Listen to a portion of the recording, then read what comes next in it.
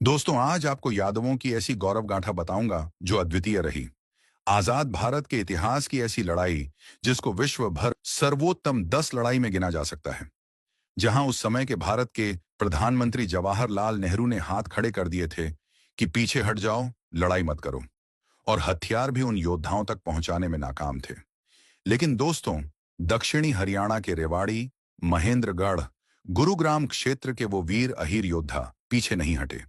जब कुमाऊं 13 के Charlie company के मेजर शैतान सिंह ने उन वीरों से पूछा कि क्या हमें पीछे हट जाना चाहिए, तो उन वीरों का जवाब था कि हम अपनी मातृभूमि की रक्षा में अपने प्राण न्यौछावर कर सकते हैं, लेकिन पीछे नहीं हट सकते।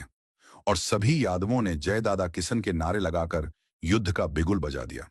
मेजर शैतान सिंह के अंगरक्षक नायब सूबेदार निहाल सिंह ने बताया कि उस समय मेजर शैतान सिंह ने कहा कि मैं भी यादव हूं आपके साथ, अगर मेरे नाम के पीछे भाटी हुआ तो क्या हुआ। और 18 नवंबर 1962 का ऐतिहासिक दिन, जब भारतीय सैनिकों ने लद्दाख की बर्फीली चोटियों पर रेजांगला की शौर्य गाथा लिखी।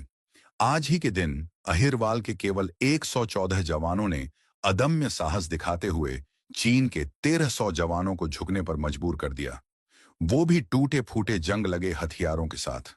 दोस्तों, इन नौजवानों के पास हथियार खत्म हो गए थे, जो थे वो भी बेकार हथियार थे।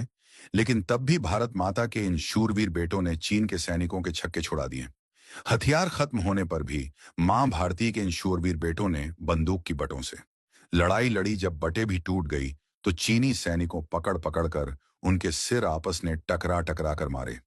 चीन ने डर के मरे युद्ध विराम की घोषणा कर दी और भारतीय सैनिकों को वीरों के वीर लिखा। दुश्मन चीन सैनिकों ने भी भारत के सैनिकों के युद्ध कौशल की प्रशंसा की।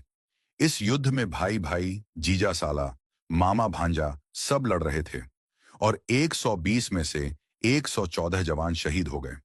तत्कालीन प्रधानमंत्री नेहरू ने तो इन जवानों की सुध तक भी नहीं ली थी।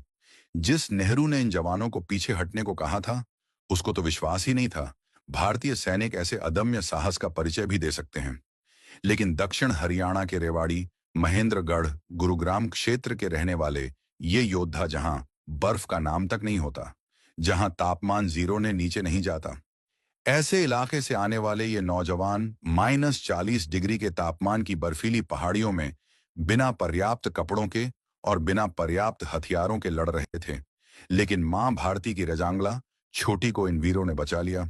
1962 में दिवाली के दिन, जब पूरा भारत दिवाली मना रहा था, ठीक उसी समय हमारे वीर सपूत अपने सीने पर गोलियां झेलकर मां भारती की रक्षा कर रहे थे।